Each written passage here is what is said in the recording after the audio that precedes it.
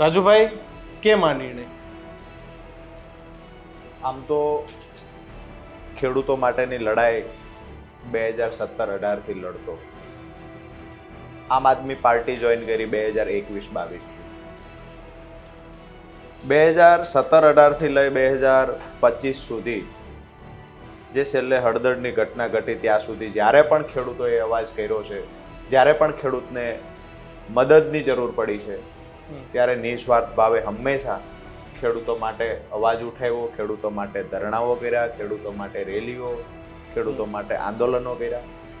જેમાં ખાસ કરીને સુરેન્દ્રનગર જિલ્લાની વાત કરીએ તો 2018થી 2025 સુધીમાં 5 વખત ખેડૂતોને જે પાક નુકસાન થયું ત્યારે વળતર અપાવવામાં ક્યાંક ને ક્યાંક સફળતા મેળવી. આ તમામ જે ઘટનાક્રમની વાત કરીએ, પછી હાઈ ટેન્શન લાઈન પસાર થતી હોય, ખેડૂતોને વળતરની વાત હોય, તો એની લડાઈ કચ્છની વાત હોય તો પણ ભલે, મોરબી જિલ્લાના હળવદ તાલુકાની વાત હોય, જરૂર પડે તો મૂળી તાલુકામાં પણ હાઈ ટેન્શન લાઈનને લઈને લડાઈ લડ્યા, જમીન સંપાદનની વાત હોય, તમામ મોરચે જ્યારે પણ જરૂર પડી છે ત્યારે ખેડૂતોની સાથે ઊભા રહ્યા છીએ. વાત એટલી છે કે ક્યાંક ને ક્યાંક જ્યારે હું આમ આદમી પાર્ટી સાથે નહોતો જોડાયેલો ત્યારે પણ ખેડૂતોએ મને અદ્ભુત પ્રેમ કર્યો છે અને ખેડૂતોના કામ કરવામાં ક્યાંક ને ક્યાંક હું સફળ થતો.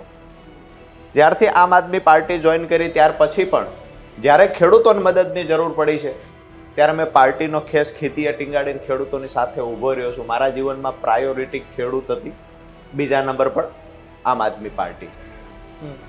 જેટલું પણ મારાથી થતું છેલ્લા 8 વર્ષમાં ખેડૂતો માટે મેં કરવાના કોશિશ કરી છે.